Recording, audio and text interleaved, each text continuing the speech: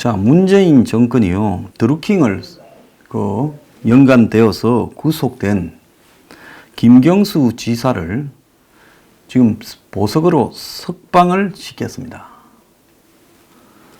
자, 지금 사법부가 문 정권의 공격에 의해서 그야말로 초토화되었죠. 사법농단이라는 이름 아래 전 대법원, 대법원장, 그리고 행정실장 등 좌우간 대법원의 핵심들을 다 초토화시켜버렸습니다. 적폐라는 이름으로요.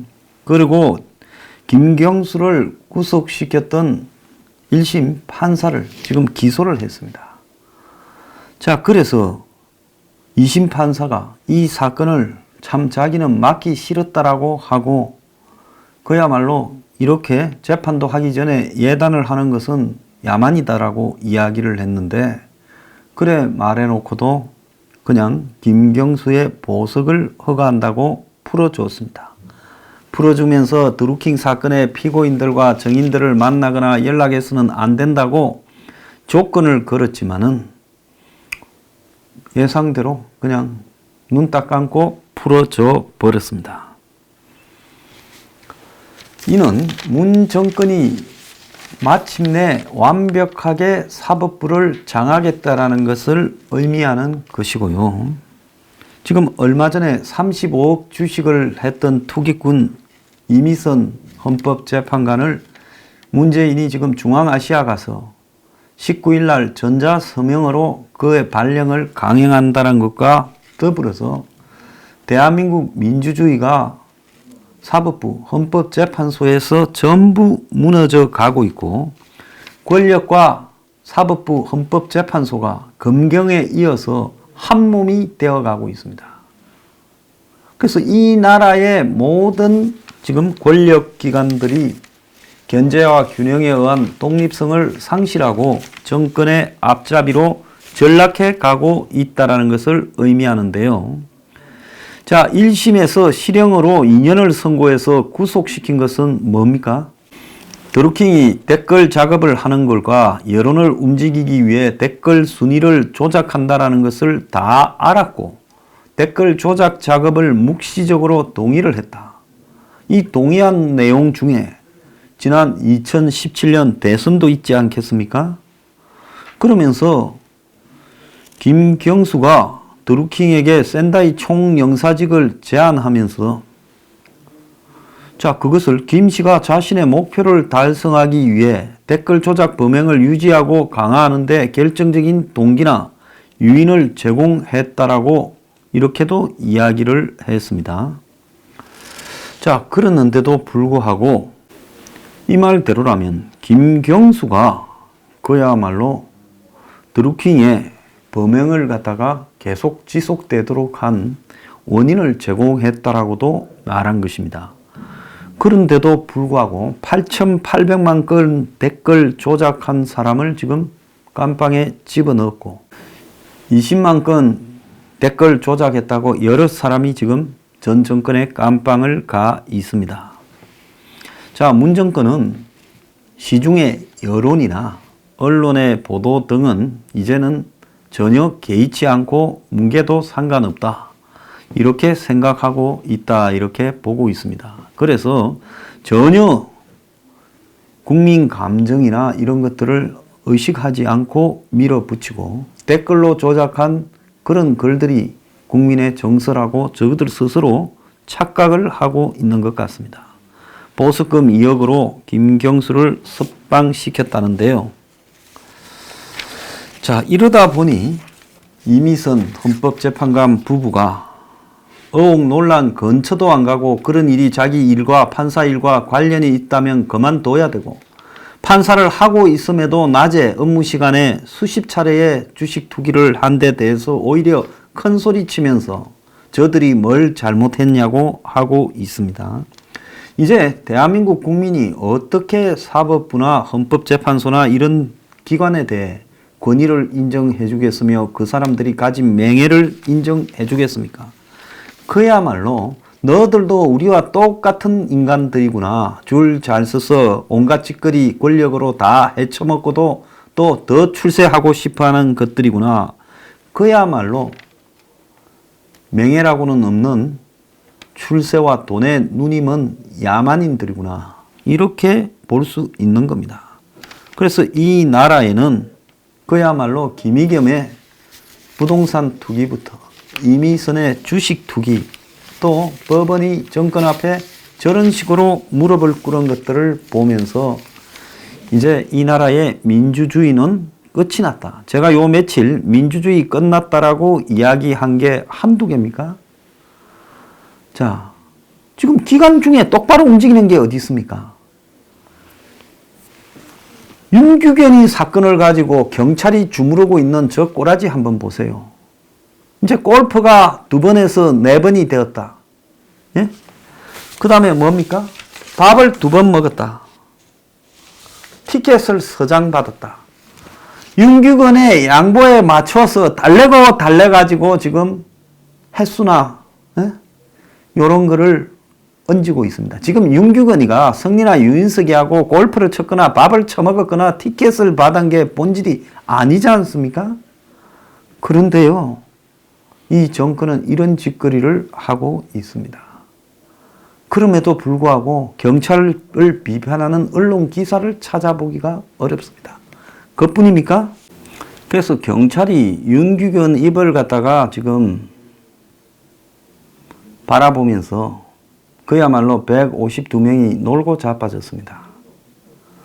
기껏해야 이제 성리나 유인석이나 이런 애들 한두 건 더 추가해서 구속시켜 보려 하는데 걔들도 저항해서 다 불어버리면 일이 안 되니까 지금 걔들도 구속 못 시키고 있어요. 주범들은 다 빠져나가고 정준영이나 종범들이 불려다니면서 구속되거나 조사받고 있고, 엉뚱한 황하나 마약 조사니 무슨 로버트 할리니 더 나아가서 재벌 무슨 3세들이니 잡아들이고 있습니다.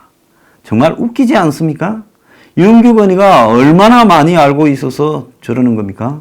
과연 저 사태의 본질이 버닝썬이 아니라 다른 무언가가 있는 겁니까? 그래서 몸통은 건드리지 못한 채 달래가 골프 횟수 좀 늘리자. 네? 검찰이 증거는 확보 못했다. 골프장 수색하고 식당 다 뒤지고 영수증 다 뒤지고도 요즘 성리나 유인석은 현금 들고 다니면서 현금으로 식당에 결제합니까? 뻔히 나올 일을 저렇게 거짓말을 하고 자빠졌습니다. 자, 그러면 검찰이라도 똑바로 돼야 되는데 검찰이 오늘 아침에 김학의에게 성접대를 한 혐의를 받고 있는 건설업자 윤중천을 전격 체포했다고 합니다. 김학의 관련해서 뇌물수수 등을 수사하고 있는 여한섭 검찰 수사단은 윤 씨를 사기 혐의로 체포해서 조사하고 있다고 합니다. 이달 초 윤 씨 자택 등 10곳을 압수수색했던 검찰이 윤이 대표이사로 있던 업체 관계자로부터 공사비 등을 지급하지 않고 사적으로 돈을 빼돌려서 썼다라는 혐의를 가지고 체포영장을 발부했다고 합니다.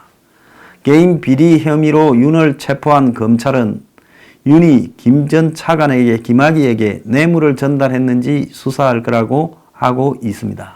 지금 김학의 사태의 본질이 원래 뇌물로 시작됐습니까?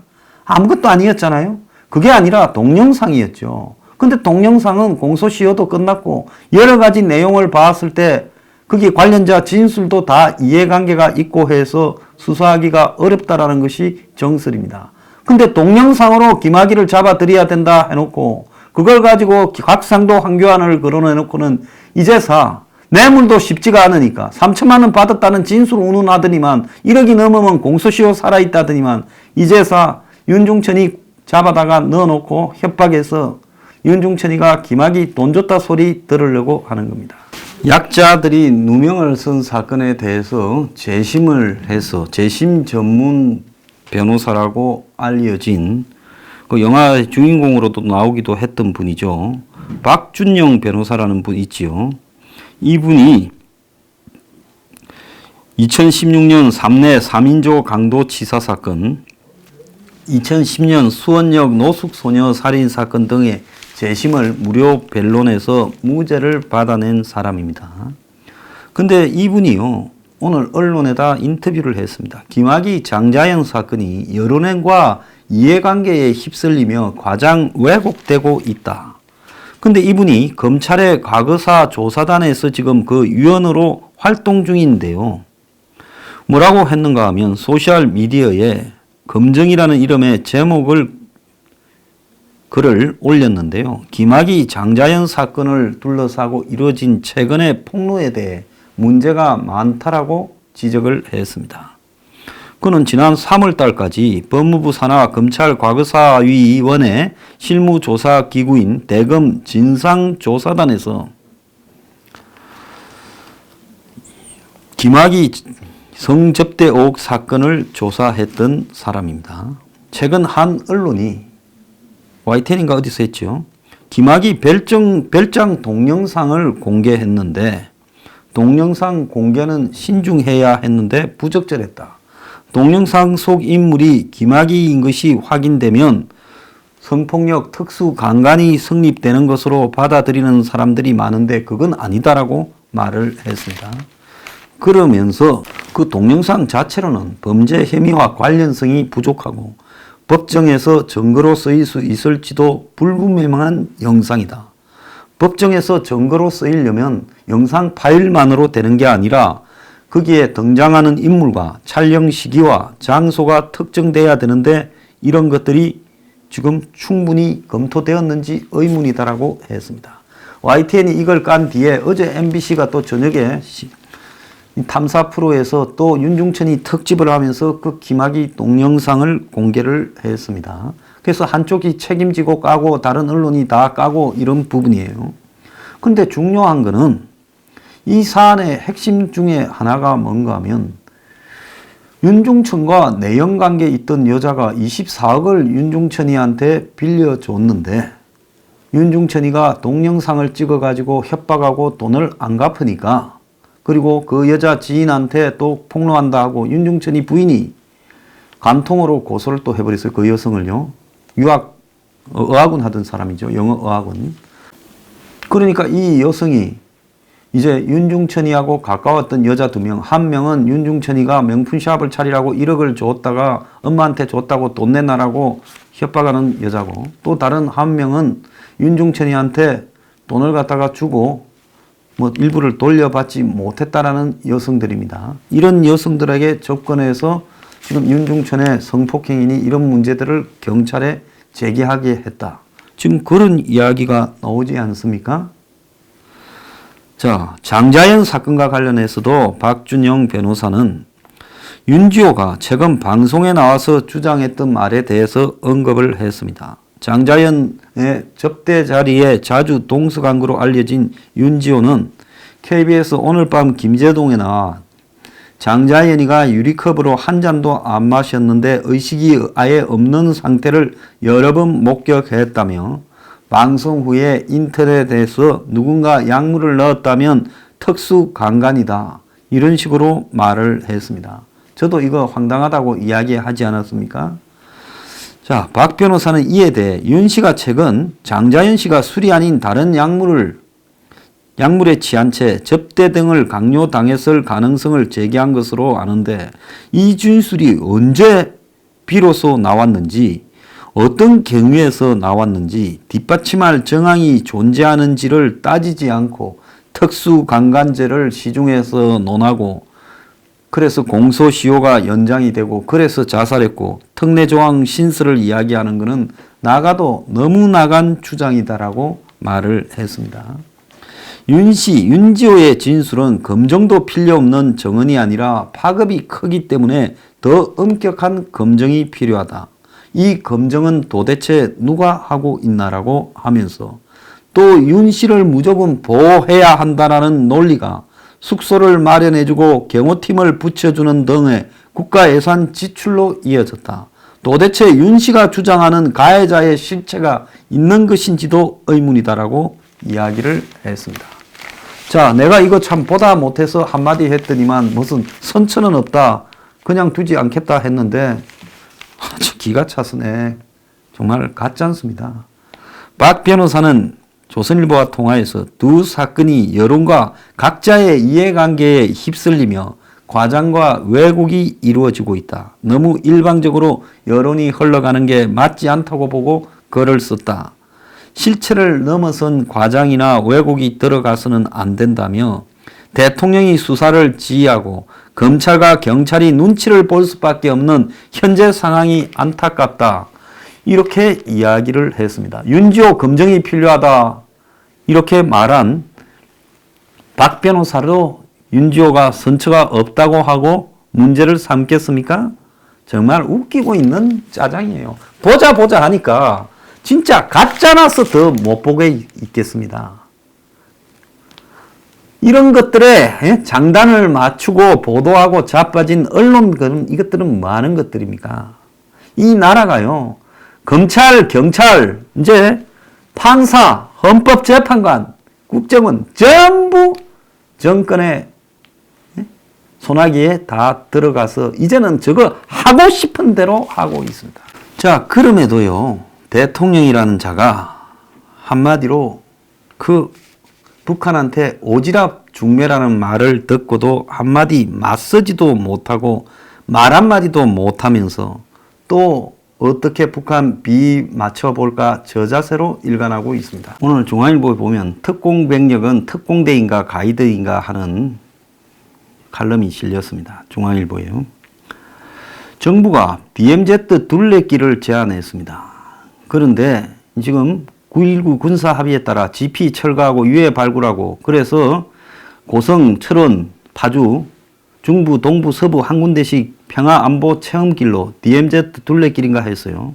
그런데 이걸 둘러보려면 방문객 안전 때문에 방탄 헬멧을 경호 차량에 휴대하도록 하고 만일에 대비하고 또 방탄복도 지금 이렇게 배치를 한다. 근데 이게 무슨 소화기처럼 차에 배치한다라는 게 뭔 의미가 있어요? 총알 날라오면 그대로 맞아 죽지요. 그런데 방탄복과 방탄 헬멧을 하고 둘레길을 찾아야 될 필요가 뭐 있어요? 이런 둘레길을 찾으려면 힐링 때문인데 힐링하러 가는 사람이 헬멧 방탄복 착용하고 갑니까? 그런데 관광객 안전을 위해 특공 인력들이 경호작전을 펼친다. 그래서 관광객 이동 시에 북한군의 총항구를 면밀히 관찰해서 대응 태세를 갖추겠다.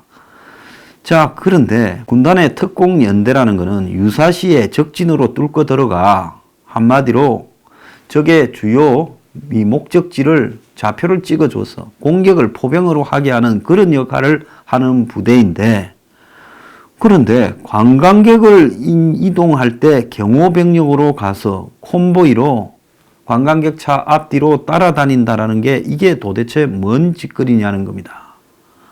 그래서 DMZ 둘레길은 안보 견학이냐 이렇게 무시무시한 데라고 해서 관광시키는 안보 견학이냐 아니면 평화 견학이냐는 거예요. 북한군 GP로부터 1.5km 거리까지 간다는데 고사총 사거리 아닌데 특공병력의 호의를 받으면서 DMZ로 가서 북한군의 총을 머리에 건질건질하게 느끼면서 관광하는 이것이 안보를 지켜야 된다라고 하는 것이냐 아니면 평화가 올 것이라고 하는 것이냐 지랄하고 자빠졌습니다.